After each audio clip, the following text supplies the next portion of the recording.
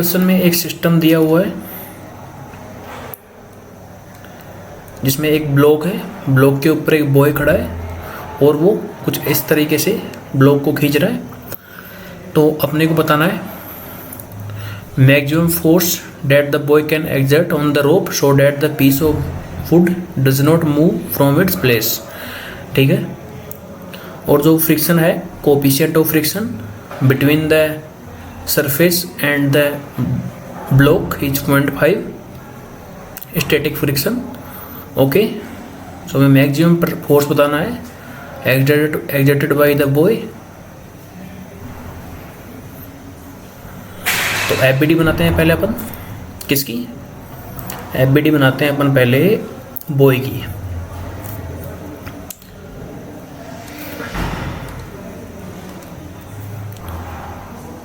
ये बॉय है बी, इसके ऊपर नॉर्मल लग रहा होगा ऊपर की तरफ, जो कि लगा रहा होगा ब्लॉक का सरफेस, नीचे mg, और एक फोर्स ऊपर की तरफ और लग रहा होगा। कितना होगा वो होगा टेंशन।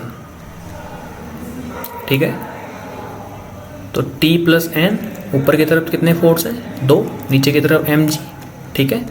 यहाँ से नॉर्मल की वैल्यू कितनी आ गई? mg माइनस टी, इक्वेशन 1 हो गई है। अब बनाते हैं अपन ब्लॉक की एफबीडी।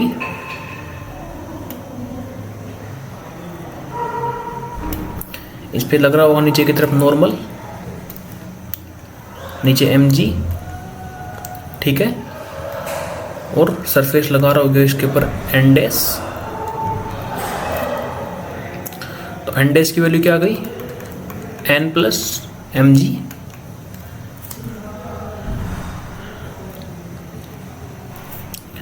इसको स्मॉल मान लेते हैं।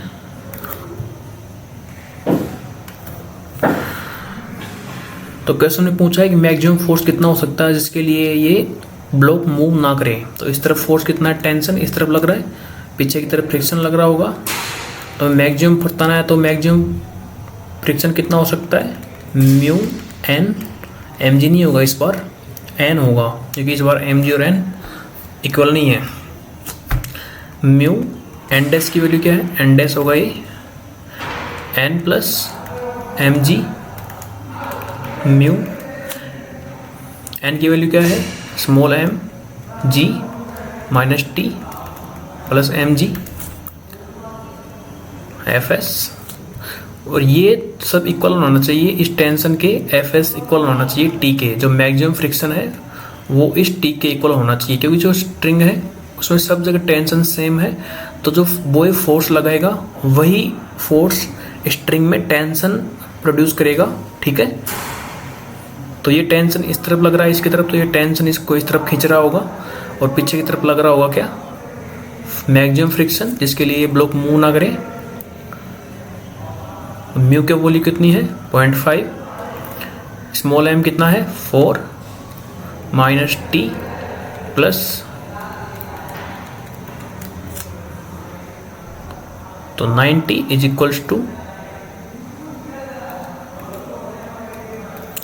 1.5 टी। टी की वैल्यू आ गई अपने पास 30 न्यूटन।